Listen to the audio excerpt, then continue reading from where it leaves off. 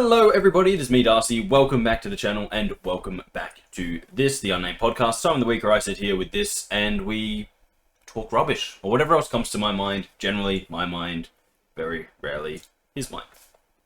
Guys, welcome back. It's almost the end of November. That is true. Over halfway. Yeah. Unlike what you said last week. Christmas stuff, man. Well, actually last week it was about halfway. Yeah, but we were just under halfway. We were just under, but still, it's irrelevant. Eh. It's irrelevant. Okay, fine. But let me just put it out there right now. I haven't done any real extra work on the Christmas stuff since last week, and It's a big project. I'm sort of a little bit worried about it. Yeah, But let's get things started the way we often do with a little bit of channel news. Chris, take it away. Okay, indeed. So Monday this week was, once again, Indiana Jones. Where you continue in the next place that I've already forgotten where it was. Back in Egypt, baby. Egypt, and we had a full conversation on that too, god damn it. We did. So, yeah, we're back in Egypt. It has changed my playstyle a lot. Okay. I'll talk about that in a bit, but I want to talk about something that kind of happens in the game, and I find it really funny because it's a story beat, but it just doesn't make any goddamn sense. Okay. So, basically, right, as part of, like, the equipment you get to upgrade yourself and make your exploring better, Yeah. I had to buy a lighter, right? Okay, yeah. Now, I think I remember hearing you say that. don't get me wrong, Yeah. whatever the currency I'm using in Egypt is, Yeah. it costs me 70 whole of those currencies. Which, That's a lot for a lighter. well, it does seem like a lot for Yeah. a lighter. And they're like, oh, I hope you didn't go to this person because they scammed you. And I'm like, how do you get scammed on a lighter? Now, more importantly, guys, yes, it's like, oh, this cost me 70 whole Egyptian, whatever they're using, currency. But, at the same time, I steal it off the Nazis. So it's not really my money. No, yeah, true, fair point. And secondly, and this is a really big point, it cost me like 350 of those same currencies Yeah. to buy a book. So, like, on the scale of how much this currency is worth... That doesn't make sense. Well, no, because you go like, oh, if this currency is worth... Okay, so a book's like, let's say, $20. So if 350 of these dollars is $20, then 70 of these currencies is roughly what? You want me to do the maths? You're the better one. It's about $5. Yeah, okay, fair enough. So it's like, oh, I bought a lighter for $5. And It's not a little plastic Bic lighter. No, I know, I was gonna It's say. an old school fucking metal lighter that, just for your information, never runs out of fuel. I can walk around with that bad boy on all day. Wow. It seems like I wasn't scammed. Yet in the game, they're like, I hope you didn't go to this person because they would have scammed you. I'm like, oh, how do you get scammed on a $5 And let's put lighter that never runs out? And $5, yeah, that's actually a pretty good price for a lighter. Well, Especially that style of lighter. That's I what would I'm saying. expect to pay more if I was like, getting that style of lighter. like, if you just say it's like 70, and again, I can't remember the currency because in the end it doesn't really matter because I go into where the Nazis are keeping it and I just steal it and I get like 120 of those at a time. Oh, yeah. And, fair. you know, at the end of the day, once I'm done buying everything, the game literally is like, yeah, you got no more reason to have this money anymore, so just go donate it in these donation boxes. And you go, oh, that's cool. Yeah. You go and donate it, and then you have none of that currency. So it's not even like there's a reason to keep that currency. No. So I just find it really annoying that the game's like, oh, you were scammed. I'm like, no, I wasn't. Absolutely in no way was I scammed. It's like a fair price. It seems like a pretty fair price compared to like all Oh, the books no, I'm well, I buying. suppose back... Yeah, okay, no, again, the books. A comparison there. Then again, if we use the comparison of about $20 for back then, it's like, it's an expensive book. Oh yeah, well I'm And an actually expensive light. using the comparison of now. But, Yeah, I was going to say. So, but if we use that back then, it's like, shit, that's a lot of money. But you know, like, I'm sitting there being like, well, I wasn't scammed because first of all, none of this is my money. Like, none of it. Second of all, this is like the most useful tool I could possibly have right now. A lantern? A lantern could be good. Yeah, a lantern would be good, except it takes up more room. Yeah, it does. Yeah. Anyway, Yeah. but that just annoyed me because I was like the whole thing is like it's a jokey thing, it's a jokey line played off, and it's like, but hang on, no, how was it a scam? Unless they're overcharging for the book as well, so you're just being scammed in general. But they probably are. But like the thing is, when you're in a game like this and there's only one store, they can't scam you because there's only one store. Yeah, okay, fair point. So I just find they do get to decide that. As I said, as a joke, it just falls flat because it's kind of like, oh, hang on, no. Like if there was a thing where it was like I had to buy back something that I already had from them, I think the joke would be funnier. Yeah, because it'd be like he knows he's being scammed, but he has to do it anyway. Yeah. And then when she's like, "Oh, it's a scam," and he's like, "Oh no," and it'd be like, "Yeah, he got scammed," and he knows he got scammed. Yeah. Whereas like in the way they've set up the game and everything, it's like, "Oh, you got scammed." It's like, no, I didn't. I did what the mission told me to do. I had no choice in the matter. It's unfortunate. It's just stupid. Yeah. It's one of the few it's one of the few like little stupid things that they do to it. Because there's a few stupid lines in it where you're just like, it doesn't make any sense. Of course, there's going to be some stupid lines. But you go like, yeah. But I'll talk about that later. There is something that like I've played recently that had absolutely shocking lines in it, like shocking. Okay. The fact that these two characters said this to each other, I just went, "Are you absolutely fucking kidding me?" But we'll talk about that after Fair news because it has nothing to do with what I played for the channel so far. Fair enough. Keeping on track this week. Another line which is again kind of like played off as a joke, but when you like no, that's not actually a joke. Mm-hmm. Is like after you go through the Sphinx, because I explored the Sphinx in this episode. Nice. With the Italian reporter, she's like, "Oh, I'm so glad I brought you along."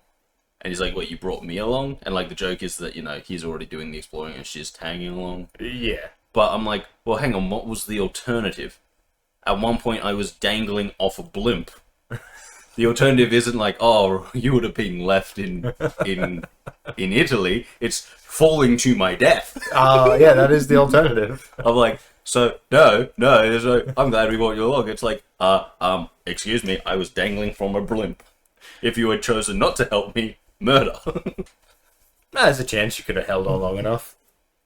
Super unlikely. From Italy to Egypt.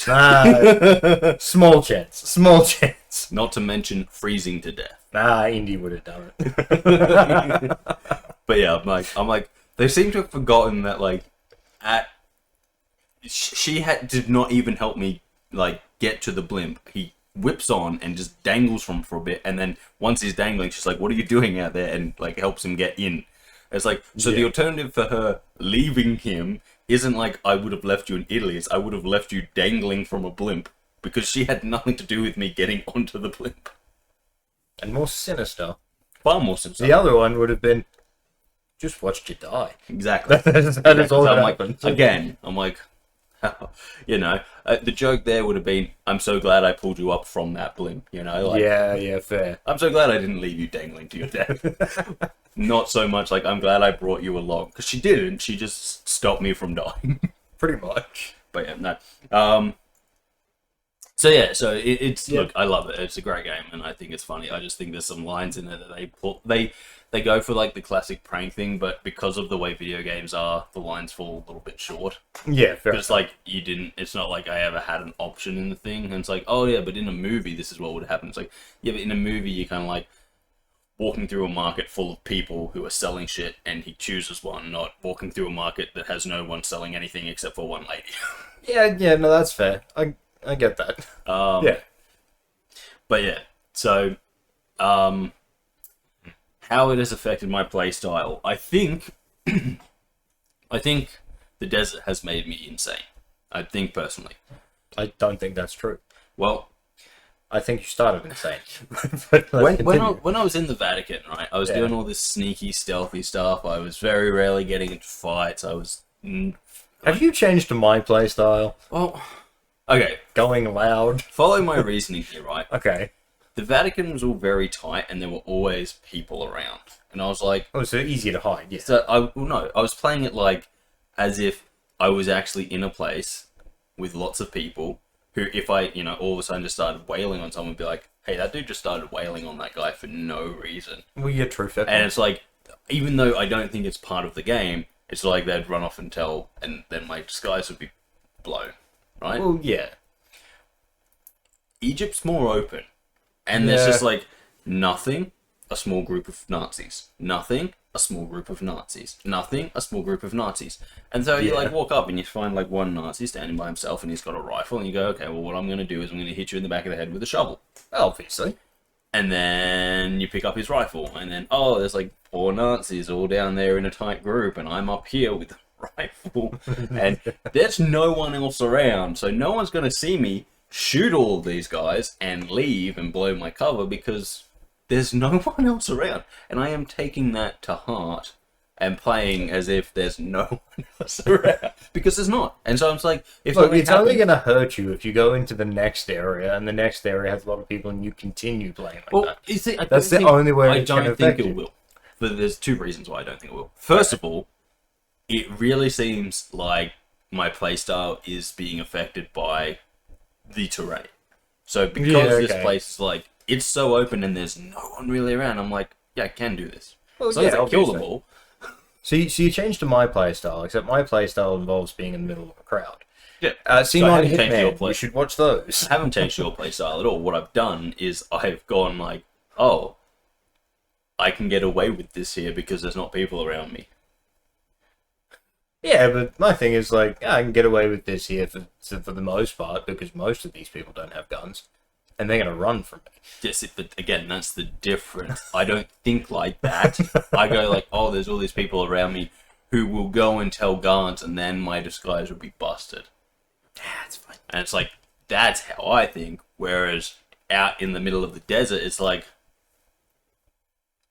they're just gonna come by. The next group of Nazis is gonna come by, and they're gonna be like, oh, who did this? Oh, no witnesses. The desert is a dangerous place. Was that Indiana Jones? I swear. Was it that Indiana Jones guy? No. But anyway, so like I have been going a little bit more.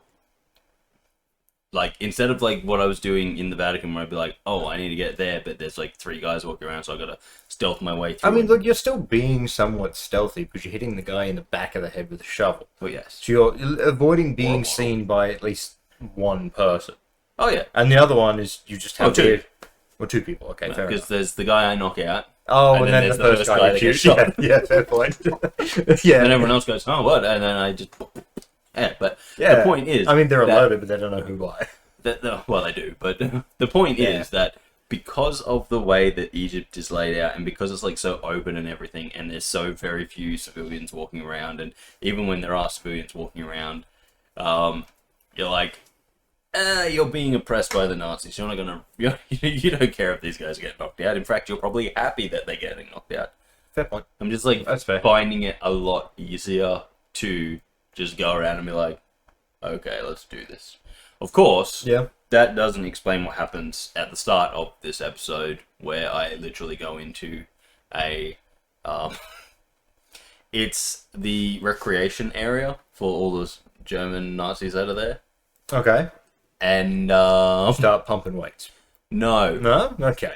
I walk in, because I'm supposed to be finding something. Well, obviously. Some dudes are playing poker in a tent. The stuff I need's in the tent. I walk in, they say something, I'm not reading those captions, and I don't speak German.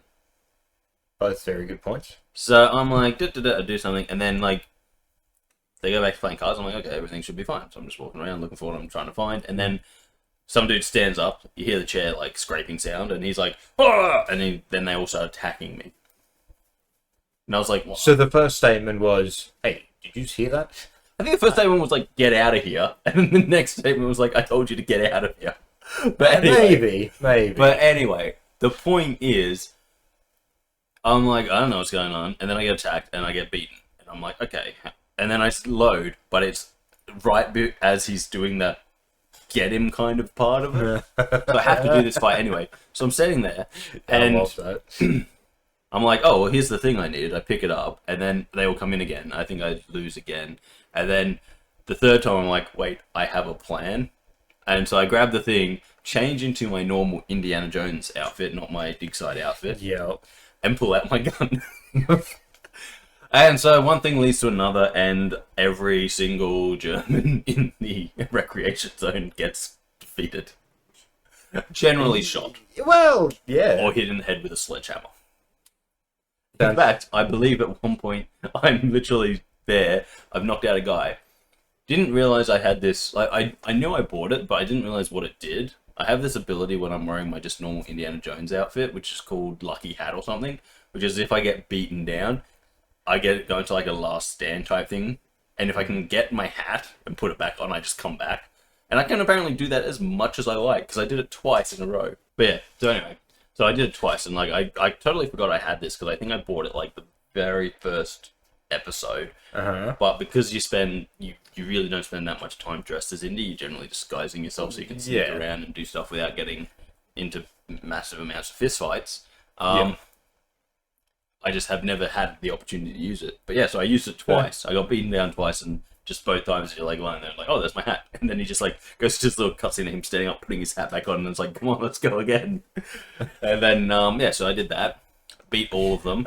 Knocked out one guy. Well, I didn't beat all of them yet, technically. What I did was I ran around, knocked out a bunch of guys, got a sledgehammer, walked back into where the last four were standing. You'd already taken them down, man! And just came back with the sledgehammer, was just like, okay, now it's time to get vengeance. That's more of a vengeance. And then I just started sledgehammering some dudes. Oh, God. The ones that were knocked out? No. Oh, okay. Sorry, I was thinking of the guys that were knocked out, and I was like, God damn. I wish I could. Fair. Because, well, they are Nazis. Yeah. They don't really feel bad for them. No, that's a fair point. I will say this, Indiana Jones game, very good. You don't feel bad for the enemies, because the first ones you face are quite literally fascists. Well, yeah. The second ones you face are quite literally Nazis. Yeah, okay. Ain't no one feeling bad about them. Hey, someone might. And they're know really who, Nazis. They're all blonde and like, you know how in the movies, yeah. You know how in the movies they're like the slightly muscular build, very clean cut, almost bleached blonde Nazis from the Indiana Jones movies. They're pretty much square jaw. Yeah, they pretty much all look like them. So you're just like, oh, I'm gonna get you, Nazis. Yeah. You're like, I'm a classically handsome American, and you're all very, very square-jawed. Like, if their heads were any squarer, they would definitely be playing football. I mean, as you were describing, I'm like, a picture just kept falling. I'm like, I see. You know exactly what I'm talking about. You're like they're the type you really want to just squish their face in. Yeah.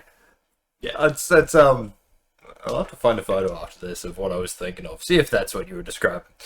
Sort of. I'm assuming it's the same thing. It's like the exact caricature of a SS soldier, pretty much. Yeah.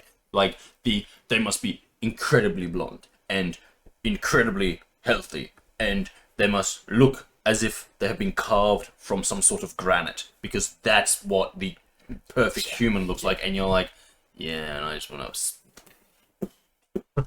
Not so pretty now, are you, you Nazi bastard? And I get to do that with a sledgehammer, so I'm pretty happy. Yeah. Stupid Nazis. Hammer and chisel just to make sure it's not chiseled anymore. We'll take off that nose. Anyway, but yeah, so like that's what's been happening in Indiana Jones. They've put me in the desert, and because it's the desert and there's like nothing, like I feel like if I was in a city still, like if Cairo was actually there, I would be way more stealthy, because I'd be like, oh, I don't want to blow my disguise, because you never know how. But like, someone might be disguised there. I'm like in the middle of the desert, and it's like, oh, look, here's some TNT, and I have a lighter now. And then like, hey, what's that? Oh, boom. See, I'd do that in the middle of a crowd as well. I know. I know. But yeah, I know. Anyway, that was indeed That was Indiana Jones. And yeah, as I said, you know, Egypt's getting to me, man. Getting to me. Yeah, it seems like it. And yeah, as I said, it's just so easy to be like, you know, oh, look, there's no one around except a couple of Nazis. And I just so happen to have a gun. Kind of like that time I used the LMG as a sniper while you had the sniper beside me. Yeah. Yeah. Yeah. There was a lot of enemies there too. Yeah. That was fun. But you know, like that's it. That's what's been going on. It's like, you know, I find now, especially in Egypt with the Nazis, if I'm carrying a gun, which I might be because, you know, there are so many just single guys out there walking around with a rifle, and so you hit them on the head with a broom, and they get knocked out, and then you're like, well, now I have a rifle. True. And you're like, and no one's gonna be like, hey, you guy who's supposed to be a dig site guy, you shouldn't be walking around with a rifle because there's just no one there. So I walk around with the rifle, find the next lot, and then it's almost. It'd be really cool if they did it in a game, because I'm imagining like a straw broom, basically. If in a game, if you were just that slight bit too far away, all you did is sweep to the back of the head. You didn't actually knock him out, just like, what the fuck was that? Oh, see, That would be hilarious. That's sort of the idea that I build in my mind, because it's like I'm dressed as a dig site worker. Yeah. I'm carrying a broom around in the middle of the desert, and I'm just like, that's questionable, right? Like, if you see that, you're like, what's that person doing? Yeah. Because they're like, if I'm in a town and I have a broom, people go, oh, well, they're sweeping. But if I'm just standing in the middle of it, if I'm standing on a freaking sand dune with a broom... nowhere near a dig site. Standing on a sand dune with a broom, everyone's going to be like... They told me to start here, guys. There's something's not right here, because that guy's insane. He's trying to sweep the desert. That could work for you, though. Yeah, but you're not going to put your guard down around an insane person. Well, no, you're not. You're but it's like, also going to be one of those... I'm going to watch that person. I'm going to watch them real close. True. But it's also one of those ones that a lot of people are like... The insane person could also get a little bit closer to them. Mainly because they're like, this guy's insane. He could be dangerous, but he may not be. So you can get just I would say slightly outside of swinging distance. I think that's like movie video game logic that doesn't actually that's one of those things where it's like, you know, when like in horror movies they're like, I heard a noise coming from the basement, I'm gonna go down and investigate, and you're like, why the fuck would you do that? Yeah. Your friends have been going missing all night, and you're like, I think I heard something. Yeah, well, you know, like in horror movies when their friends are disappearing and they're like out in the middle of the woods by themselves and they hear something and they go, stop being an idiot, Johnny. I know you're over there. And it's then they walk over there. And you're like, why would your friend who you left in the cabin be all of a sudden in front of you in the middle of the night? And if they are making noises trying to freak you out, why would you be like, I'm going to go over there and... It's like, no. Also, for them to get there quicker than you, you would have had to have heard them behind you. Yeah, it's a pretty obvious thing. It's like, but they break human logic because, again, they go like, oh, I'm going to go and investigate that. And it's like, that's not what a human would do in that situation. Well, if you... For two reasons. One, if you're in the middle of the woods and you've been there for a little bit, you actually have a little bit of your night vision on, which is like, I can sort of see what's over there, and no, I'm not going to walk over there. That looks like a shady character. And I know I brought shady people with me, but that's a different kind of shady. And the other thing is you go like, you know, the reason that they leave the cabin is always something where you're like, okay, your friends aren't going to be out there making, you know, trying to spook you. Because it's generally, at this point, someone's found a dead body and been like, oh my god, someone's dead. It's like, in that situation, who's like, I know they're generally frat boys, but they're like, yeah, this is going to be hilarious. I'm going to go and spook that person. And you're like... I mean, they do it in the occasional movie. Those ones generally aren't good. But that's what I mean. It's movies and video games break human logic. So they do, in movies and video games, someone will play a slightly insane person to get close to someone because like, oh, that's just crazy old Johnny. He doesn't mean anything. Well, yeah, fair. And it's like, in reality, if there's an insane person getting close to you, you're like, actually, I don't like this anymore. I'm going to move away from you. Well, yeah, fair point. Because humans have an instinct to keep themselves safe. But and if they know that someone is unpredictable and dangerous, they aren't going to get near them. Well, that is very true, but we are currently talking about a video game, so that logic does make sense. Well, but it doesn't because it's why... Not in real life, No, but it doesn't make sense in video games either because... true. That's immersion breaking, right? Because when people and things don't act the way they would actually act, that's what breaks immersion. Well, yeah. It's not like something that exists within that world that doesn't exist within our world breaks your immersion, right? Yeah. When you're playing, I don't know... Phasmophobia. Yeah, okay, Phasmophobia. The ghosts don't break your immersion because you're like, wait, ghosts aren't real. Yeah. Because in this world, in this video game, they are real. What does break your immersion is being like, I can only take 5 pictures on a digital camera. Yeah, that's pretty stupid. Because you're like, what the fuck kind of... What? The whole point of a digital camera is its ability to store more photos than a film camera in the same form factor.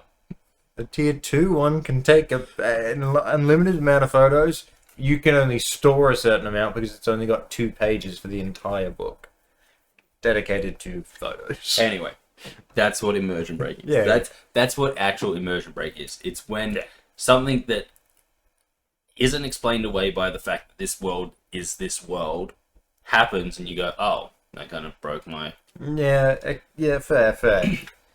Because immersion isn't about being immersed in the game, it's about being immersed in the story and the world of the game. Well, yes. So, look, as I said, it's when I'm walking around the desert dressed as a dig site worker with a broom, I just kind of feel like the Nazi that sees me should be like, wait a minute. what are you doing? Oh, just sweeping the desert. Keeping it clean. I dropped something here earlier. How did you know you didn't sweep it away? I don't. Anyway, but yeah, no, so as I said, I'm loving Indiana Jones. It's so good. It's just in this desert, wide open places, lots of weapons around. I find it very hard to not attack every little group of Nazis that I come across. And I feel like they deserve it, so... Look, I'd probably do the same thing, so I can't... You can't judge. I mean, I can judge, but I can't really do it right. Yeah. Anyway, I also like, as I said, it's also like, because it's in the middle of the open, and when they're like, hey, you, and you're like, you know what, I have a plan here. What I'm going to do is I'm just going to bang. There, done. Okay, we're dealt with. It's a solid plan, though. Yeah. It really is. Look, I find in the desert, there's 2 things that's going to happen to the Nazis that I run into. Mm-hmm. I'm either going to shoot them with their own weapons, well, of course, or I'm going to knock them out and drag them out into the dunes somewhere and leave them. Either way, doesn't end well for them. And generally death both ways. They deserve it. Yes, except one is quick. One is quick and you're doing them a favour. The other one, at least you fed the buzzards. Yep. Yeah. Anyway, but yes, no, so... the way I've been playing Indiana Jones has slightly changed a little bit. Okay, fair. And I feel it has a lot to do with the environment. Well, it sounds like it. Yeah, but that was Indiana Jones. Indeed it was. So, moving on. Yeah. Wednesday this week. Halo. We got back into Halo. It was good. Yeah. We played the episode level 343 Guilty Spark. Yeah. Changed in and out of old graphics to new graphics. Yeah. So obviously, guys, if you've ever played Halo, you know this is the first introduction of the Flood, and let me tell you, Kris is bad with the Flood. Yeah. Kris is bad with most things, actually. But it was good. It was great. It was a really quick episode. Obviously, it's not the longest level, and it's pretty it's pretty straightforward. Unfortunately, it does mean that the next level is the library. That sounds long. I just hope I have my shotgun. If I have my Yeah. shotgun, I'm happy. If I don't, I'm less than happy. Well, fair. But yeah, so look, the library is probably everyone's least favorite mission in Halo because, well, kind of sucks compared to the rest of the game. Not much of a page turner, eh? Oh, it's more the fact that like it kind of goes from what we've been doing a lot, where it's like, oh, Yeah. there is a path you're supposed to follow, but it's like go be free. You know, you have to follow this path eventually, but you know you can kind of accidentally walk off the path and come back onto it later. Yeah. Like even Guilty Spark, where you know it's pretty much you go like this and then in and then out and then back the same way. Yeah. It was sort of like, oh, you're doing this and you know like, and like there's just a lot of options. Yeah. Which, considering how old this game was not something that first-person shooters let you do. No. First-person shooters never let you go, well, they've pointed us this way, let's turn around and go that way. Yeah, true. Which I think a lot of people liked about Halo. But in the library, the way that it's set up is you're pretty much on a singular, thin, narrow path that you have to follow. And like every other. So we kind of come back to from what that time. first-person shooters were back then, Yeah. and it's probably still are now. But Yeah, to a degree. but you're now kind of it's like the first time in Halo where you don't really have a choice. You just have to keep following the path forward. Yeah. And there's not like options to go around here and do that and catch the, you know. So it's just like for the first time you are on a path and you just go. And that's and none of the like Halo charm of like, oh, you get a vehicle here or you do this or you do that. It's just like straight line. Fun. That's gotta love those ones. Yeah. But anyway, so we did Guilty Spark. We got to see the Flood for the first time. Kris shot me a lot. None of it was intentional though, so we can at least say that positive. Oh, fair. None of it was intentional, but there was a time I went, I'm invisible, and then you went, oh, something invisible, and it shot me. And I went, ow, and you went, oh, sorry, I didn't realize it was you. And I'm like, I literally just said, I'm invisible. I literally just said it, and you went, ah. Look, I think I may have said it while we were playing as well, but it was that moment of like, it didn't register yet, and I just saw something invisible in front of me, and because of past missions, seeing something invisible, I've just been like, shoot it. Yeah. Because there's been multiple times in the last few missions where it's like been invisible, and I'm like, oh, I've got to shoot that thing. Now I'm getting used to shooting it, and it happens to be the first time that you're invisible. But yeah, so then there was also I lost the shotgun. I don't know what happened. Oh yeah. I was a little bit concerned when it first happened that because I have a feeling that the Flood can pick up weapons in later games. Like it was never in the original Halo, but because this was done after Halo 3 and stuff had come out. Yeah. Maybe they like, added it in. Oh, maybe, yeah. So I was like, maybe that's because all of my guns were missing. Everything that I had was missing. And I'm like, maybe a Flood picked it up and you killed it and then stepped on it and took my shotgun ammo or whatever. But I'm like, maybe that's what happened. Because like I never. But I'm like, because when we actually went up there looking for it. Oh yeah, you did. That was the first time I'd been up there, so Yeah. like we know I hadn't walked over it. So Yeah. that is. But I was just like everything, but it was like all of my stuff was gone. It wasn't just like one thing was missing. It was like everything had gone. And I'm like, so it's either gone. But through also, the wall. wasn't that a thing of like I accidentally went a little bit further back as well? No, I don't. So I didn't go to just the checkpoint or like the. No, this because point I the went mistake further back. the mistake that you made was that you fell down, and that's part of that point. If you fall down, you have to go back to get back up. Yeah, so okay, it's not fair like enough. it's something where it's like, oh, you should never have done that. You've reset the game. It was just like, that's what happens if you do keep that. going. Yeah. But Fair. I think the point was that, like, yeah, like a few times we've had stuff disappear, and we've gone like, it must have gone through the wall. Like that pistol of yours that completely disappeared when no one else had any pistol stuff. Yeah. And we were like, where'd the pistol go? And it was like, well, maybe it fell through the wall. So maybe my stuff fell through the wall, but that would be the first time that everything someone was carrying True, went through yeah. the wall. Because, like I said, I couldn't even find my assault rifle over there. Yeah, oh, yeah, true. So, that happened. Kris learned the importance of the assault rifle, especially for the rest of the game. Well, it is nice that you start yeah. every mission with the assault rifle now. Well, yeah. And it is True. nice that when you die, you get spawned back with the assault rifle. Let's put it that way. Especially when there's lots of flood around. True. But I think the funniest thing was probably when you and the flood were standing next to each other. And you jumped at me, and I just unloaded a shotgun shell directly into your face. And then I went, oh shit, that was you, not the flood. And then the flood turned and looked at me and was like, okay, I'll jump at you too. I went, boom. Like, shit. I think it was the moment of, like, they turned and was like, thank you, now die. I went, that's your guy? I was like, oh shit.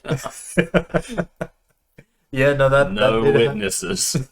But yeah, no, it was pretty funny, because you jumped at me, I just immediately put you down, and you were like, what the fuck was that? I was like, yeah, sorry, I shot.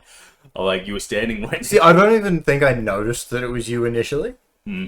Hence the, what the fuck was that? Because I'm like, I didn't even notice that the flood was beside me. Oh, I don't definitely realize you didn't notice the flood was beside you, but I was Yeah. expecting it to jump, and you jumped, and I just went, boom. Yeah. I didn't even think about it. I just went, the Yeah, first thing that that's jumps true. at me dies. Because I also wasn't playing with audio, and I think I've been doing that the entire time for Halo. Right. So yeah, I very much like you in some other games, I don't have audio on it. Yeah. But anyway. Yeah. It was a good episode. Obviously, you know, Halo is a great game. Yeah.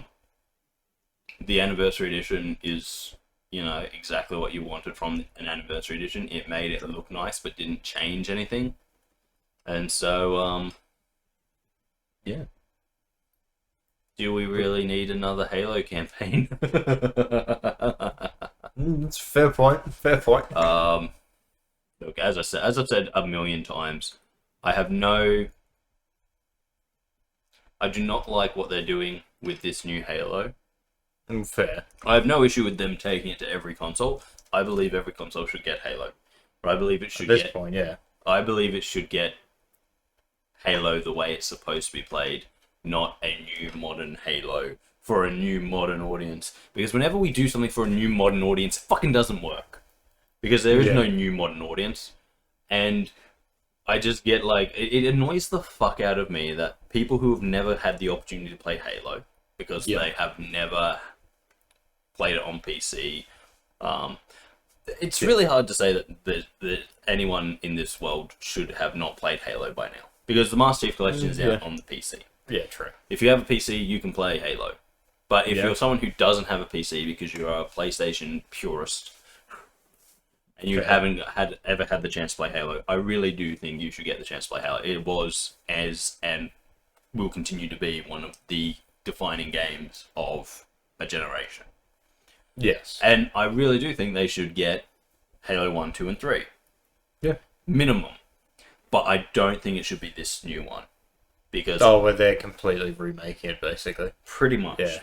Because they will get 1, 2, and 3, but they'll get a modern take on 1, 2, and 3. And it's like, That's they don't want a modern take on 1, 2, and 3. They want to play the ones that Sony spent almost 2 generations trying to kill.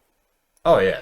They don't want the one where it's like, oh, this is the one that's come out now with modern games, because, you know, modern games are kind of crappy. They want the one where Sony spent everything from about 2000 to the 2000 and what?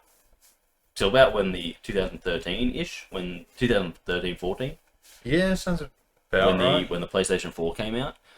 Yeah, sounds trying to kill. When they were like, this is the new Halo killer, and then it would fail because everyone's like, Halo's better. They want that one. They want to see what Halo was. And, like, I get that people are like, oh yeah, but they wouldn't like it now because you can't sprint. Deal with it. Not really, because that was part of the formula. That was part of what made it good. Yeah. And so I really actually do feel kind of like sad and apprehensive that for people who have never played Halo and are like, oh, well, this new one's coming out on my console or whatever, are going to play this one and be like, oh, this was Halo? This is what everyone was so enamored with? And it's like, no, it wasn't. It's not. Well, I will say this, though. I could be wrong. I could 100% be wrong. This game could be a masterpiece. It could be. Yeah, it could be. I'm just saying the trends point to it not being. Yeah, it's one of those ones we'll have to wait We to see. can look at all of 343's now Halo Studios attempts.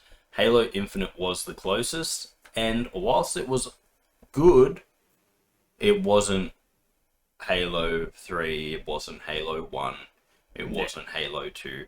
It was a fun game. It was the best they've ever done with Halo. Yeah. But that's kind of like saying Alien Isolation was better than Alien Colonial Marines. It's not a high hurdle to jump over.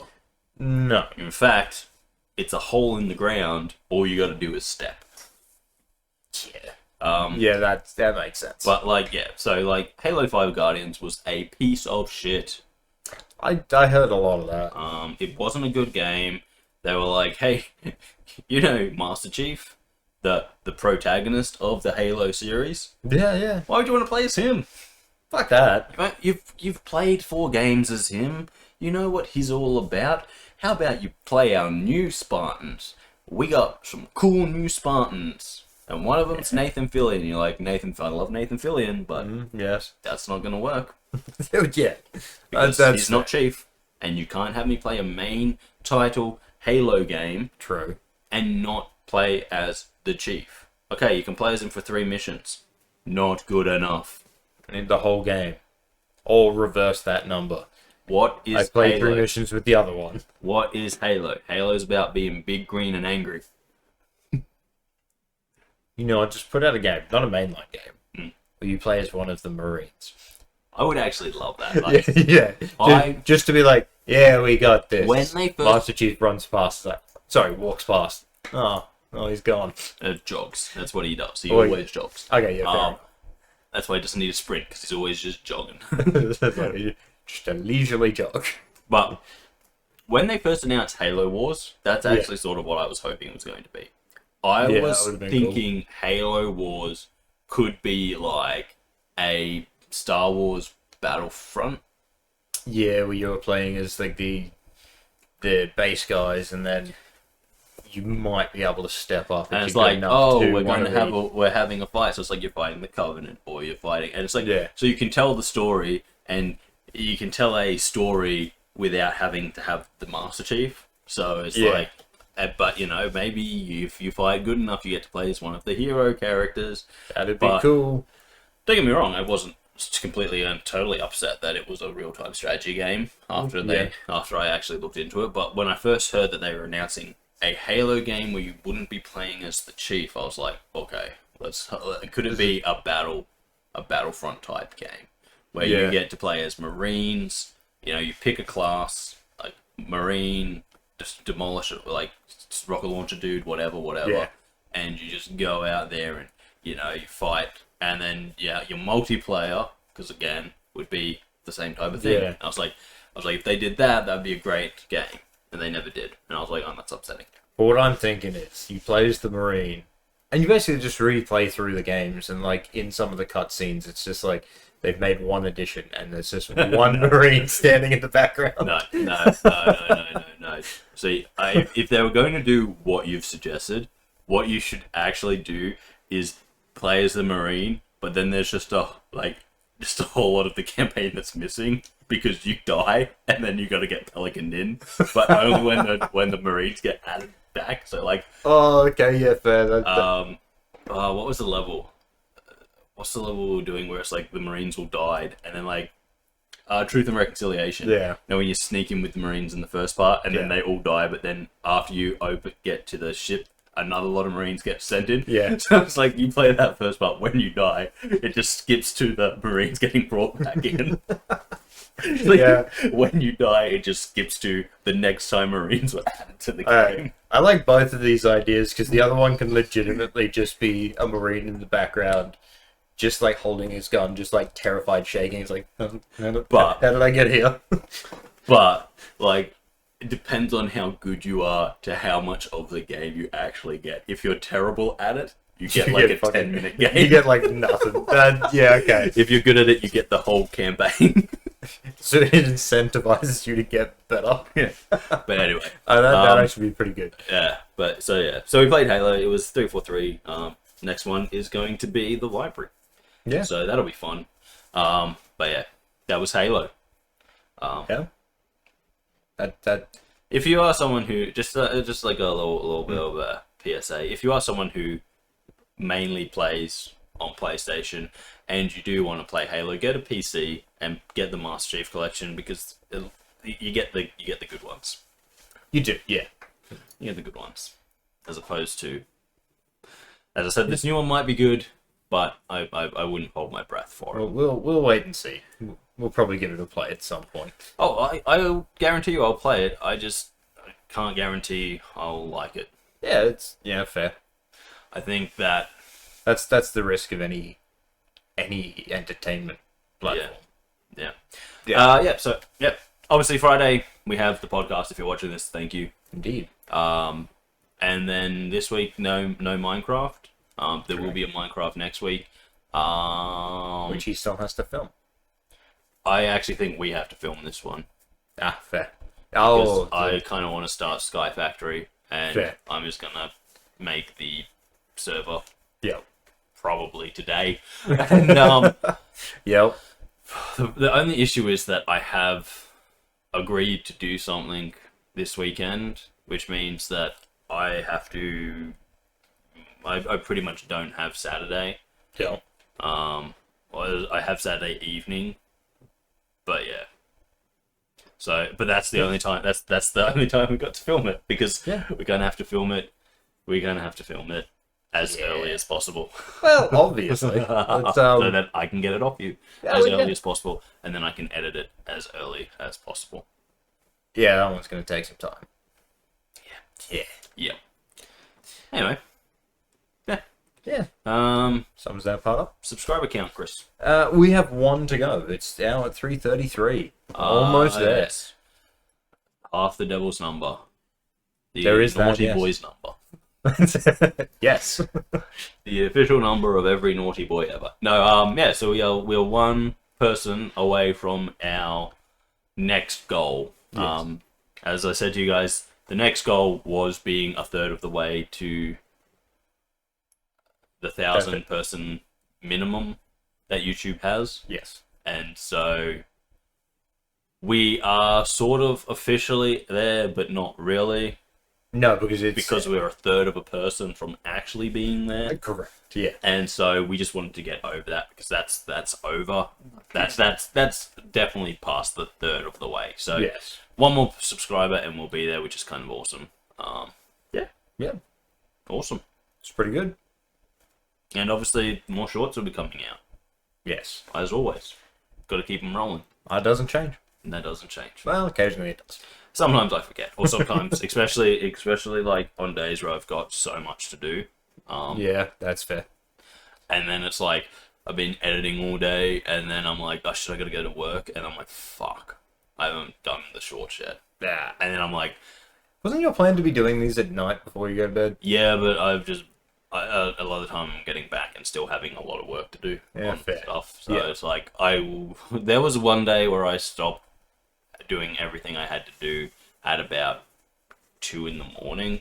Yeah, and I was just like, I'm not doing anything else. I'm done. I'm going to bed. Pretty much. Yeah, fair. But yeah, unfortunately, sometimes, especially over the last like 3 or 4 weeks, if I haven't got the short done by the time I'm going to work, I just go, I'm not going to get shorts done because fair. I'm not getting home until like 9 o'clock.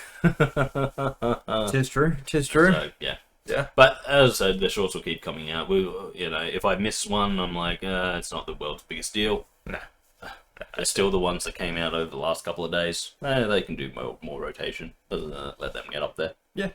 But we have been doing well with the shorts. A lot of them, most of them actually now get 1,000 plus. So it's pretty good. Yeah, it's been a while since I've actually looked at the numbers for the shorts. So They're getting lots of views. Feeling pretty good about them. That's good. Yeah. So now we'll just move along. Indeed. We'll finish off. We'll finish off all that stuff. Yes. So I talked about it a little bit earlier. A game I haven't been playing for the channel, or just been playing for my own self, was Battlefield 6. I played the campaign. Yes. The reason I did that is the other day I went to play it online, and it was like, no. It's just been weird. It wasn't letting me play online. Like, Okay. I jumped on and it was like, no one's playing, and I was like, bullshit, no one's playing. And it was like, no, we can't find you a game with anyone in it. Like I went into 3 games with this where I was like, I was the only person, and it was like waiting for 30 other people to come join. I was like, how? Jesus Christ. Yeah, okay. And I was like, okay, well, I'm not going to do that. I still want to play this game, so I was like, I'll play the campaign. Yeah. And you can unlock stuff by playing the campaign, so I was like, I'll go unlock all this stuff. Yeah, makes sense. And so we're playing the campaign, right? And this is what I was talking about, where the campaign is not wholly bad. It's not a great campaign. It's a Battlefield campaign. They've never really been brilliant. But this one, you know, the actual playing, the actual stuff was... There was some things I really didn't like about it. Yeah. Like, really didn't like. There were some missions where if you stepped... Like, there'd be a road, right? Mm-hmm. If you stepped off the road, you're out of the battlefield. Get back in within 5 seconds or you fail the mission. It's like, I've literally stepped off the road onto the concrete so I can walk around this burnt out car or whatever. It's like, no, you've gone too far out of the mission area. And I'm like, okay, that's really bad. That's not good at all. It was super shit. Like, there were points where it was like, if you stepped... There was a point where we're standing up on a hill. Mm-hmm. We've got to go down the hill into the next part. If you step there before the cutscene plays... Yeah. Out of the mission area. Jesus Christ. And it's like, are you absolutely... I don't know how they did it, but they seem to have taken a game that's all about big open battlefields and in this campaign made it the most on rails ever. Yeah, that's a... Like, there were points where I was sniping stuff and I was like, oh, I'll just go up onto this ledge here because I'm here. There's a ledge here next to me. Like, I just have to jump onto it. So I can lie there and shoot down, because it's better than this angle that I'm looking at. Yeah, of course. Jump up there, out of the battlefield. I'm like, are you absolutely fucking kidding me? That was happening all the fucking Which doesn't time. make sense when you're in a war zone in the slightest. No. The whole area is the battlefield, whether you like it or not. Yes, but I was just like, are you absolutely fucking kidding me? I'm like, I can understand why people are so annoyed by this, because this is the most aggressive pinning in you could possibly have. It's not even like I'm going like, oh, I'm here and there's a top of a hill up here. I'm going to go to the top of the hill. I'm like, I'm going to rest right next to where I'm standing. And it's like, no, right next to where you're standing. Because it's like, a lot of games, it's like, sometimes you'll get the warning to say, hey, you're about to leave the battlefield. Then you get the time when you've actually left it. But I feel like that's what this should be.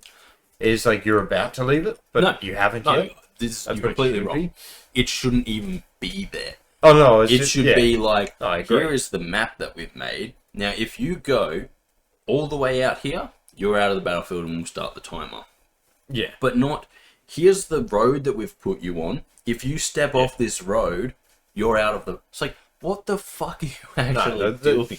The road out of the battlefield would be walking into the house that's nearby if there was a house. It'd be like running... It would be like, oh... There's a set piece over there. I'm going to run to that set piece. And it's like, no, we don't want any of that set piece. And it's like, oh, but it's like a long way away. Yeah. So you can get off the path. But there were so many points where it's like, leave the path that we've put you on, and you're out of the battlefield. It's like, yeah, it's ridiculous. I'm supposed to be playing a soldier. I'm not going to stand in the middle of an open road when there's cover around me. But if I go to that cover, I'm out of the battlefield. Well, that's kind of the point. You want to be out of direct line of sight for one, which theoretically would be out of the battlefield. So that was one issue with the campaign. Now, as I said, all of my issues with this game so far come from the campaign.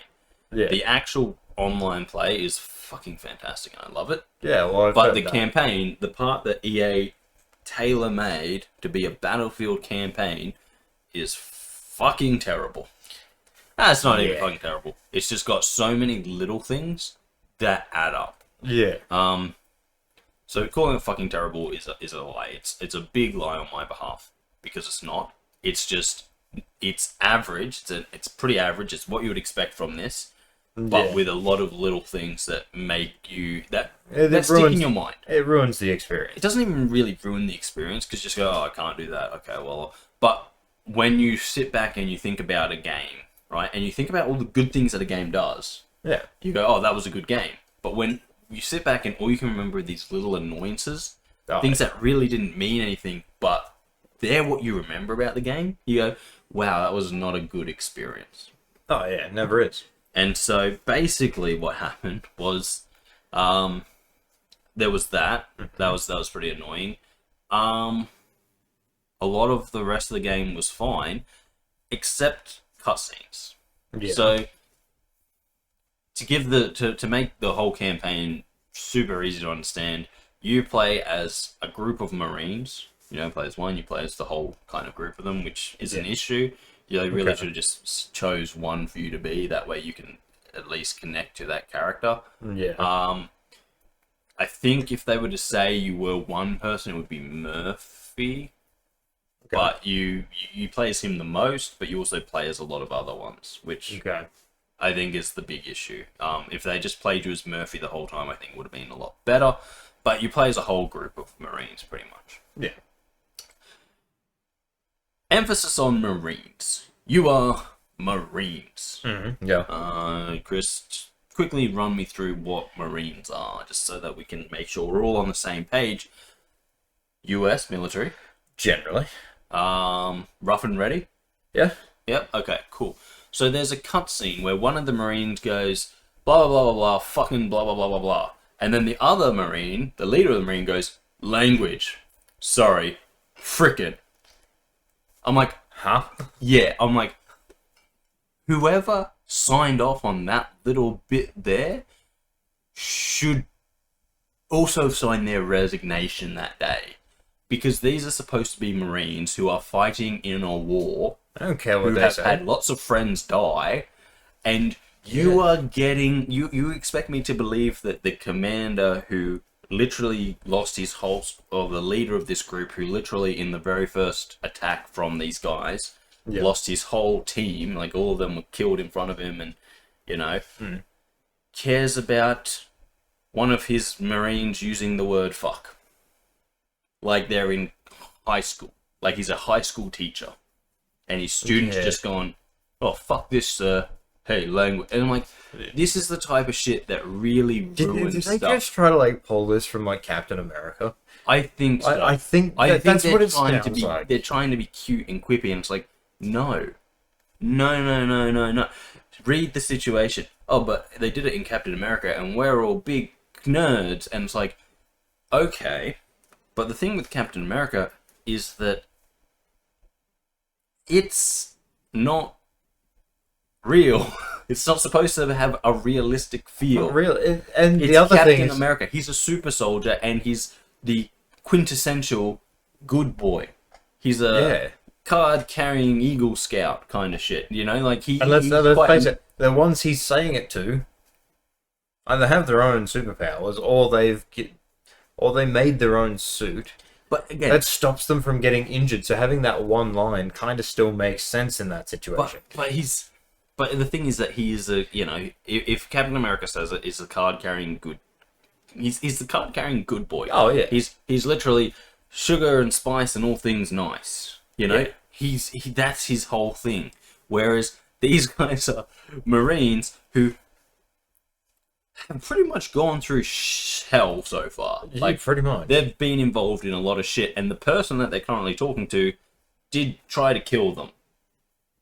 Yeah, that's right. You expect me to believe that they give a fuck about language?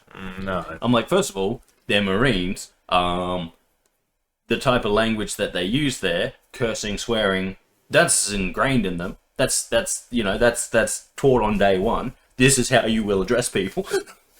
The only difference between the Marines and the Australian Army is the fact that they don't have to teach that to us. It's already ingrained in our culture. You know, like, every game where you play military people and they like go like, oh no swearing here. You go, are you actually fucking kidding? Have you ever actually talked to a soldier?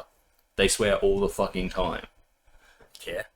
But just this one thing, and I was just like, are you fucking kidding? Like, it almost was like a window into the writing room and being like, oh, you people really don't care about trying to make a situation seem realistic. You're too busy trying to be like, oh yeah, we'll get this. We'll make this for the new modern audience. And you're like, no, they're fucking Marines. See, here's the problem: is it's not even making it for the new modern audience. Like, what I'm sort of gathering from it is it's like a lot of, and it seems to be happening a lot more recently. New modern writers. Yeah, which are, this game full of violence and death. I can't put swearing into it because what if a kid plays it? What if a parent lets their kid play it? It's like, well, that's their fault. But it's sort of just like, I'm sitting there going like, they're Marines. If you were to say to them, who are you? They'd say, we're fuck-mothering Marines. Pretty much. You know? Maybe not all of them, but some of them will. Yeah. But, you know, like, it's like, it was just such a stupid line to put into a game like that, and I was like, wow. I was like, at that point, because it's not even that far into the story that happens, at that point I was like, wow, the writing in this and the way that these people are going to interact is going to be fucking terrible. Yeah. They are not going to seem like a realistic group of Marines at all. Yeah. And I was correct. There's a lot of stuff in there where they're just like, wow, okay. Wow.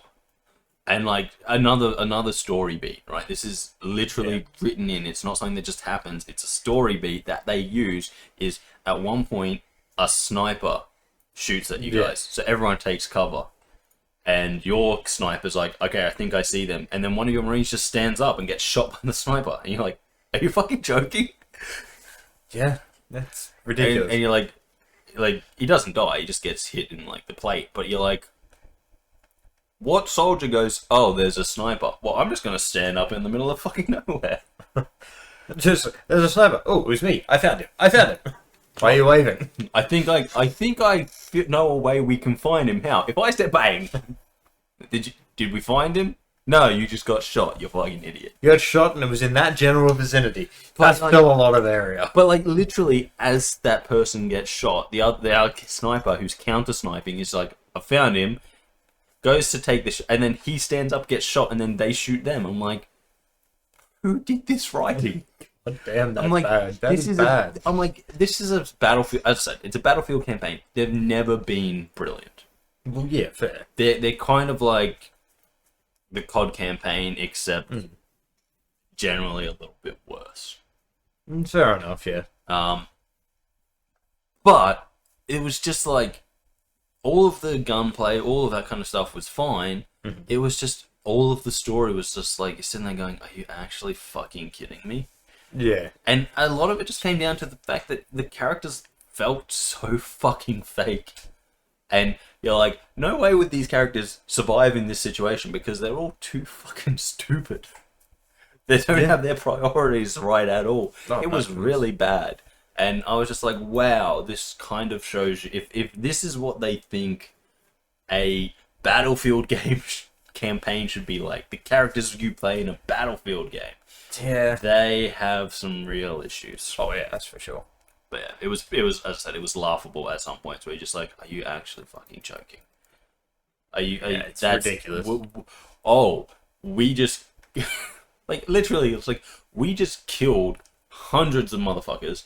And you're gonna pull him up on saying the word fuck and make him say frick.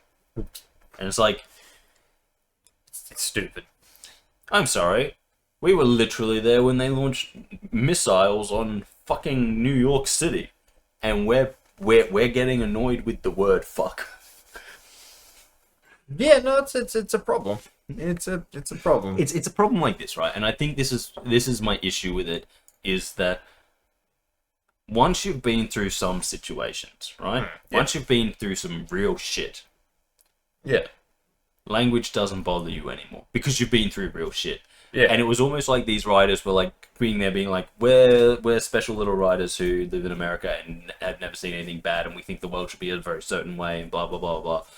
And they put it in the game, and when they put it in the game, you went, so you, all I could see was them, these, you know, special little writers. You see the modern writers coming out. It's like, with their hipster glasses that have plastic, non-real lenses in them because they wear them to make themselves seem intelligent, and their you know, $10 coffees that they all get, and I was just like, we don't want to see you guys in this game. No. We want to see Marines being Marines, doing Marine-y shit. Yeah, that's as simple as that is. We want the whole packet of green crowns. The whole damn pack. we ain't sharing those. But yeah, no. It was just there was just some points where I was just like, no way is that. No, they actually said wow, or they actually did wow. And you're like something. You're like, wow, that's just so disconnected from everything else we've been doing this game. Yep. But we just literally, you know, got into a fight, a tank fight, and now you're going like, oh no, language is the enemy. Language is don't use bad language. That'd be wrong. No, it would like, be. Oh, we were just burning people alive. There's still one over there. Yeah, it's so stupid, and I was just like, wow, wow, that's stupid. Speaking of things that are slightly annoying. Yeah. So I saw that this isn't the annoying part, but I saw Steam announce their soon-to-be console. Oh. Basically, like what Microsoft's doing. Right, the little handheld thing. No, with the whole thing, it's like put Steam. So, I know what you're talking about. Yeah, so it's like a little cube. It's like half the size of the Xbox. Steam cube. The Steam cube. So they're doing that, and the amount of people online that I've been seeing is like, no, this will be what probably ends the console war. It ends the debate. And it's like, fucking shut up. I'm sick of hearing this shit about I have two very strong opinions about it. First of all, if it's not Steam powered, it's no good. I wanted to have a giant boiler that you have to shovel coal into. So you want some pipes coming off of it, and it can't just be black. It's got to be that like rustic, it's got to almost be rusty looking. It's got to be an iron. It's got to be made of iron. And because look, I'm just saying, if your company is called Steam and you make a box, you have better to, look like one. It better at least look like a Steam. No, it has to be run on Steam power. I want to be sitting there playing my games and be like, oh no, I need to refill the boiler. Stoke, you urchin, stoke. Yes. Secondly, it's a gimmick. Oh, of course. Now that might be the bigger issue. It is the big issue. But like, oh, you want to play Steam games? Yeah. Do you not want to play them on your nice, powerful computer? Do you want to play them on a box that is probably worse than your computer? Exactly what I want to do. But you can plug this into your well, you can also plug your computer into your TV. Oh. Yeah, fair point. Hold on. Oh, but hold on. You can use your Xbox controllers, your PlayStation controllers, any off-brand controller. I mean, like I can on my. Oh, yeah, that's right. My bad. It's almost like Steam are and look, Steam do this all the time. They try and get into the console game, like with their Steam handheld thing. There's no point. There's no point. You are on computers. Computers good. Yeah. If you if I had the option to buy that little Steam box, or again, as I've said, which is probably what I'm going to do from now on, which is take the money I would spend on getting new consoles and stuff, and replace parts for your PC. Spend them on my PC. Yeah. I'm going to do the later one because that way I can have a really good PC that does better than all of them. Wait for it, will permanently keep up with what's coming out. It's stupid. Just from a slight upgrade rather than. But while we talk about things that are kind of stupid, have you heard that GTA 6 has been delayed again? Oh, I did hear about that. That was pretty funny. The main reason I heard about it was. What are your thoughts about that? It being delayed? I'm not even slightly shocked. I'm not shocked either. Yeah. And I'm sitting there going, look, delay this game as much as you want because it needs to be good. It needs to be brilliant. Oh, it's been overhyped already. Yeah. Yeah. My issue is that every delay is sort of like, oh, not only is the game But they not... do their usual thing of over-promising. Yeah. Yeah. But I'm sitting there going, not only is the game not ready yet, Yeah. it's probably never going to be there. No. Because every delay is just kind of like, oh, so we're not there yet. We're not there yet. No. And we're only pushing it back like another year, so we're probably still not going to be there, especially considering that this one coincides with all the firings. Pro, yeah. But every time it gets delayed, I don't think it's to make sure the game's quality is up. I think it's like I feel like it's because the game is not at where it needs to be. Yeah. Overpromised, underdelivered. As usual. And every time they push it back, I'm just kind of like, we're gonna have a Cyberpunk on our hands here. Well, that was my first thought. But my issue is that I don't think that Take-Two, Rockstar, maybe, but I don't think that they're the type of people that would fix a game. Fair. I think they would be the type that just like, well, give us your money anyway, and we'll just. Yeah. And the reason I say that is, a lot of people point at GTA 5 and GTA Online and be like, look how much support they've given this. But my stuff would be like, okay, well, think about Red Dead Redemption and how they just kind of stopped supporting that. And that was their magnum opus. That was probably the best game they've ever made. That's literally what they considered. It was their best game. Yeah. And I'm like, that's the model for what most people look at now as an amazing game, is Red Dead Redemption 2, with all of the stuff that they put into it. The problem is the amount of people that supporting played GTA 5 because it was such a simple game. Yeah. And it was just what everybody else was playing. So everybody who was like new to gaming or anything, just like, oh, we'll start playing GTA 5. Everyone else is doing there's it. that, and then there's the brand value of GTA. Well, yeah, GTA has been around since the modern world of consoles. The PlayStation. Yeah, it's been around since what was the first one on? Was it on The first one PlayStation? was on PC. I think the first two were on PC, but then Grand Theft Auto 3, like, it's been around for long enough. Like, that GTA is you'd almost consider it a pillar. Well, it's been around since 97. There you go. So that is the modern realm of the games. original game. It was originally named Race and Chase. Yeah, I know all about that, but anyway. But either way, just in case they didn't. But yeah, I know it was ages. It's been around. Look, people say like, oh, video game this, video game that. I think there's two kind of eras of video games. There's original video game era, that's your NES and all that kind of stuff. Yeah. And the video game crash that led to. Yeah. And then there's the modern era, which is the PlayStations, PlayStation N64, and the PC. Not all of these other, like, Sega Genesis and all those kind of stuff. No. Like, they were all starting to die out in the modern thing. Yeah. And, like, the modern era of gaming started in the late 90s, I believe. Maybe mid-90s. I'd probably aim it towards late.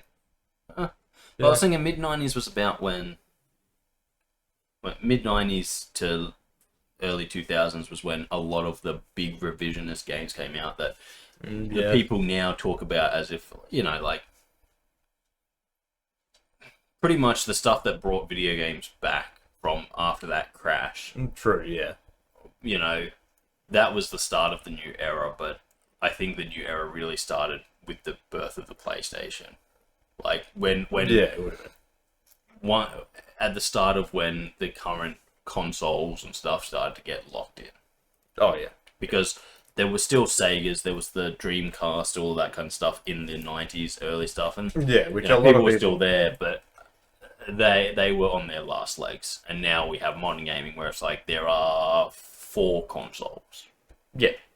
And one of them isn't a console, it's just a PC. Yeah, pretty much. But the point I was trying to make is that GTA has been around for so long that when people play, like, get a new game, console, whatever, or a new GTA launches, they're like, oh, we know about GTA. Plus, GTA had all of the controversy in 2000s through to the modern day, where every time a new GTA drops, it's like, quickly, get out all the Christian groups. They need to go and complain about it.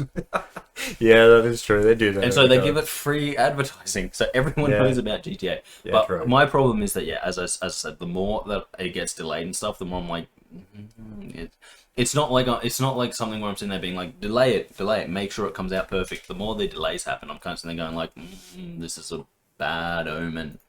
Yeah. I see it in the whale waters. I see it in the trees. Yeah, no. But no, like I'm sitting there going like, this is not a bad omen.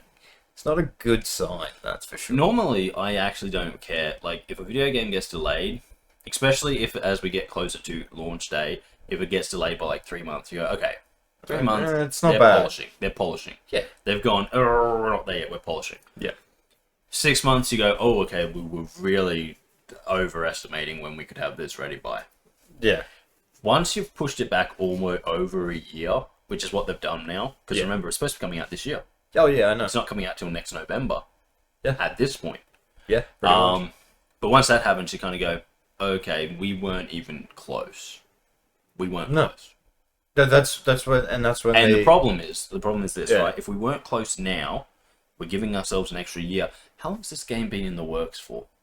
I have no idea. I can't remember, but it's been many years. Many years. Oh, of course, it's been many years. And so the reality is, after many years' work, we're still not there. We're giving ourselves a whole nother year.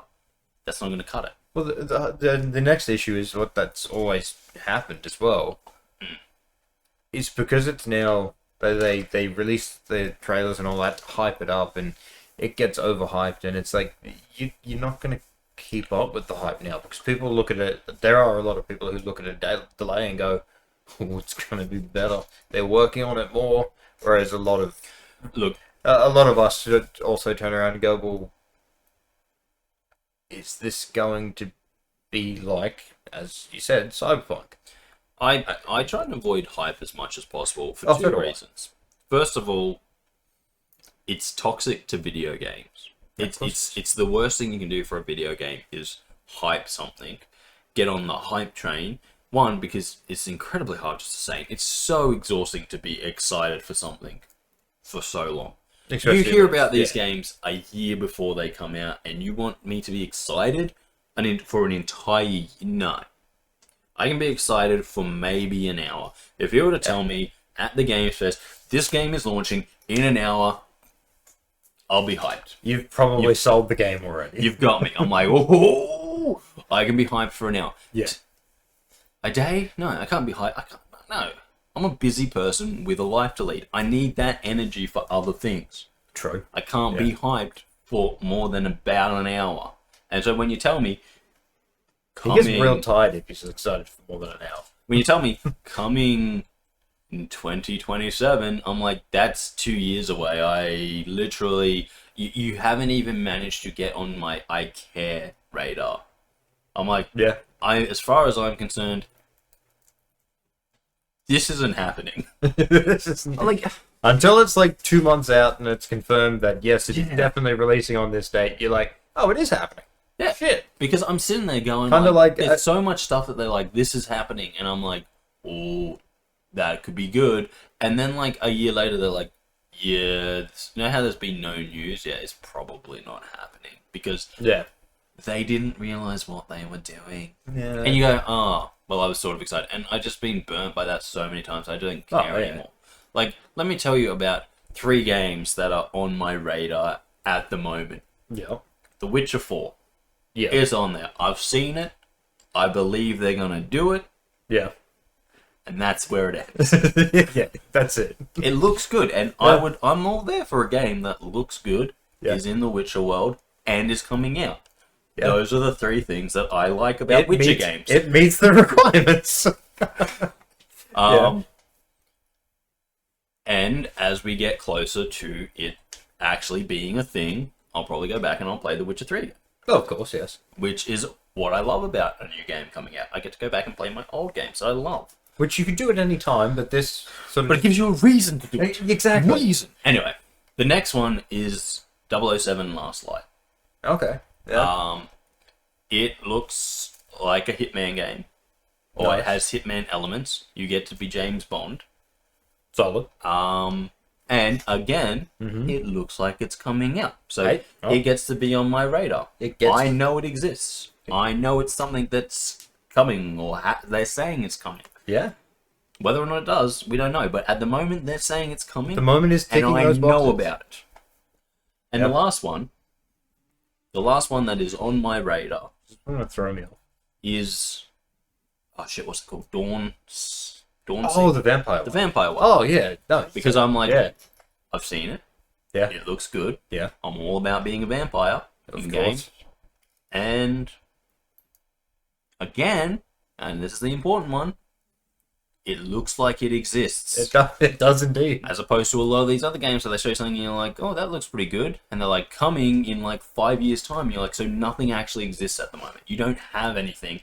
No. And by the time we see this, it's going to be a complete... Oh, so the only thing you've done so far is a cinematic trailer. We made a cinematic Cool. trailer. We have no idea if we can actually make this game. You're like, well, fucking... It was like Biomutant. They put out the cinematic trailer, 5-6 years before it came out? But you also never heard anything about it, and the next time I heard about it, wasn't actually the fact that I'd heard about it, it was me walking into EB Games and being like, Biomutant. That's coming out? That's... Next month?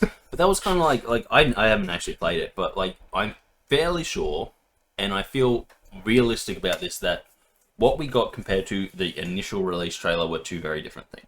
They were. Yeah. Well, in the release trailer, it was like the mutant raccoon I think so. type thing. You know, leaping over logs and that sort of stuff because they were massive for him, of course. Traversing terrain, all that sort of stuff, fighting the enemies. Traversing terrain. Yeah. They didn't have that in the game. You stand still. No. It's like, but it was like It was looked moving. Like, it was moving It looked through. like a more adventure action game where you played as a character, not a RPG where you made a character.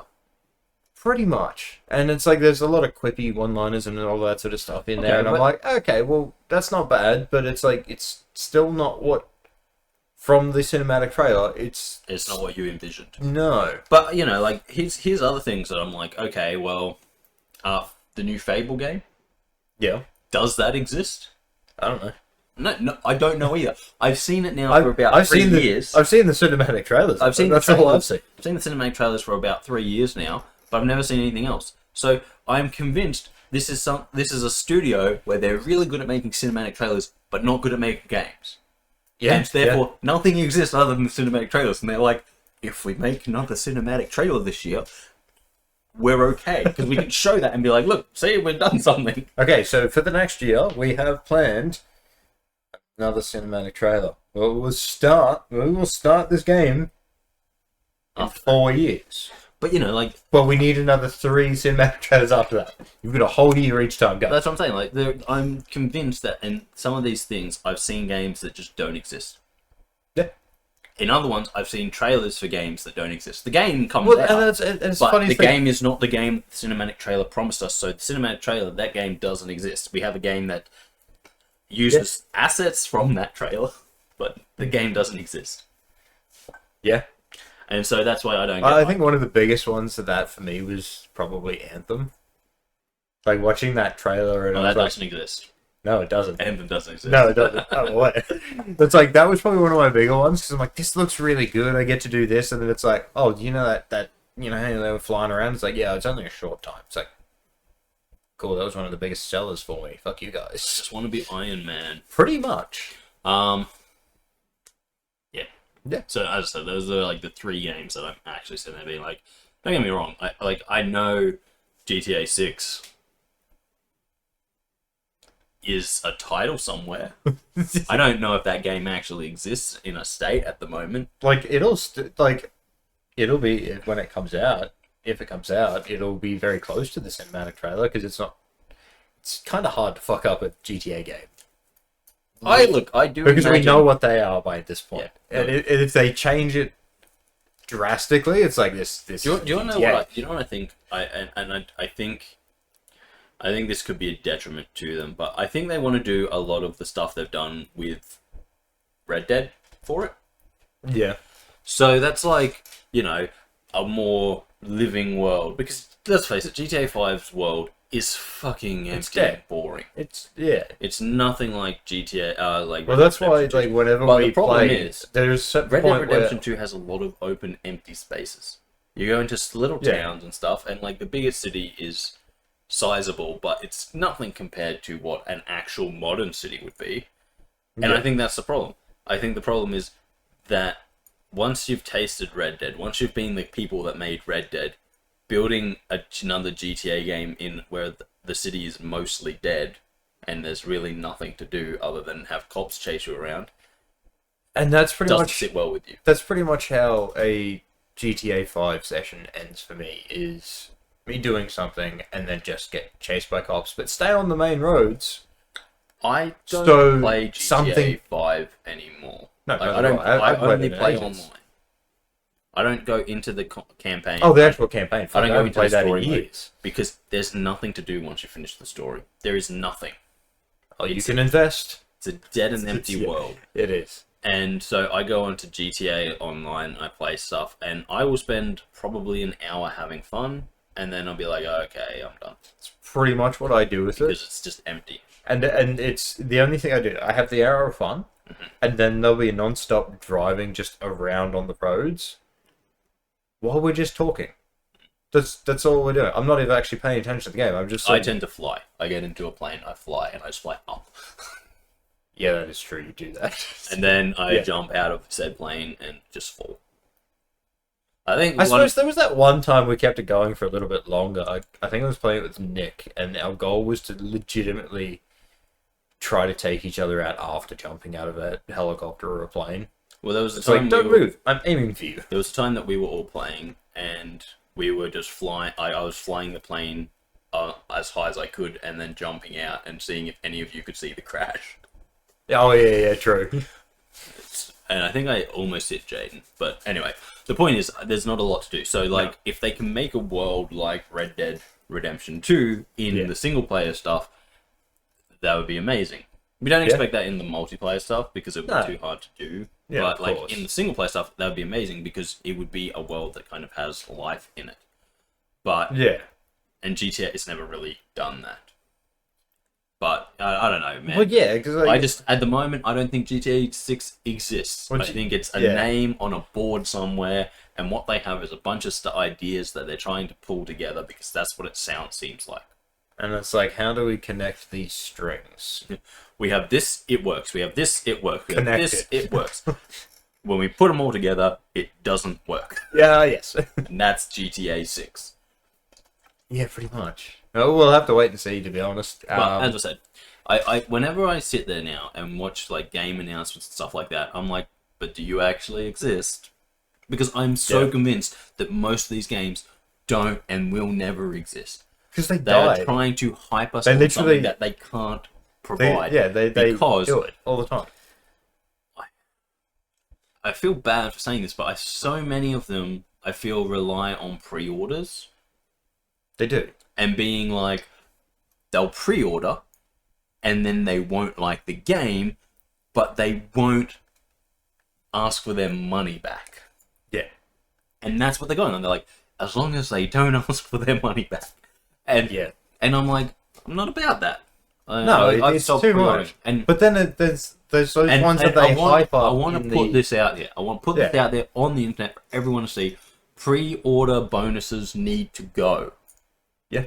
If you're going to have bonuses, have them. But don't have bonuses for pre-orders. Where it's like, if you don't pre-order, you can't get this bonus thing. That needs to go, because pre-ordering from the game industry needs to go as well. Yeah, no, it's literally, it should go back. Put in all the bonuses. We should be going back to the game is released. Now I can buy it. But there was a game I was playing, and it was like, if you didn't pre-order it, you can't get this. And it's like, well, I'm not going to pre-order a game because I'm not taking that risk. I can understand it when you're buying online, because a lot of consoles do this now. You can buy it the day before or like a couple of days before, and when it comes preload it. And you pre-do it, and then all you've got to do is the small update, the small day one release update, and that's it. Yeah, I don't like that either, though. Because you've still got to do the day one release update. Well, no, Yeah. because you're still betting on something before you've actually seen what it's. No, I agree. Yeah. But like, I just don't like pre-order bonuses where they're like, if you buy the game before it comes out, you get all of this extra stuff that no one else will be able to get because we're doing this. And you're like, okay, well, if it's content for the game, everyone should be able to get it. Yes. Right? Even if it doesn't mean having to spend a little bit of money. Secondly, pre-orders need to go because as I said, I feel whenever they're like, hey, pre-order it now, they're pretty much saying, give us your money before the game's even here, because the game's not going to be that good. But if we get your money before you know how bad the game is, you won't ask for it back. But if you see how bad the game is, you'll never give us your money. So give us your money now. Pretty much, yeah. No, And I agree. I don't like that. Don't like it's the epitome of shady business practices. It very much is. It's like, hey, give us your money, and we won't give you anything yet. And then what we will give you is subpar. But by that point, you've already given us your money, so we don't care. Yeah. And it's like, no.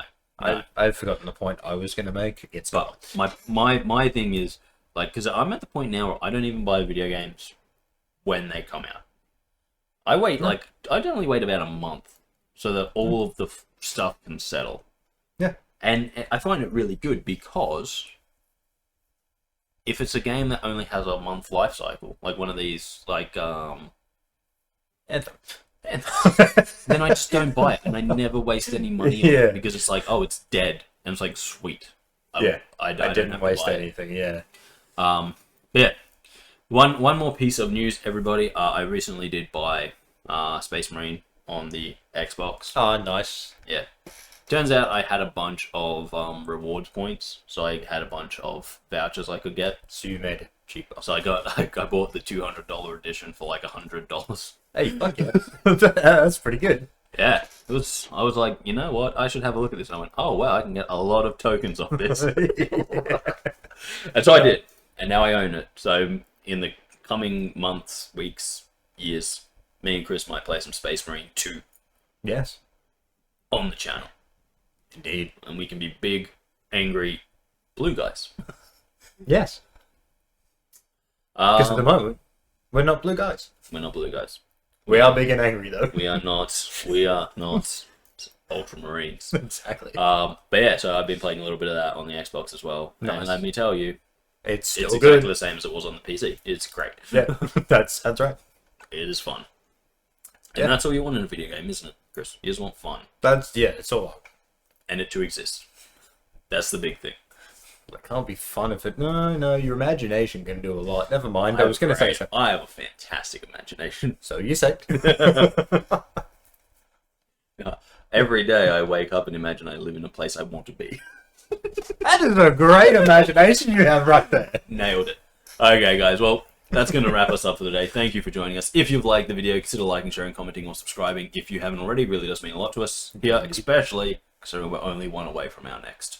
Oh, hold on, let's just double check just in case. How would anyone have gone up in the last, 20 minutes? Look, it could have happened. It hasn't happened. It's super unlikely, but it could have It happened. hasn't happened. It hasn't. But that... Fucking moron. By the time you're seeing this, it may have happened. Exactly. But, not while we were recording. No. Guys, if you want to see more from us, we play a whole variety of video games on the channel. We also have the podcast where we get together and just have a chat. So you can check that out. But until next time, I've been Darcy. And we'll catch you next time right here on the channel. See you later, guys. See ya.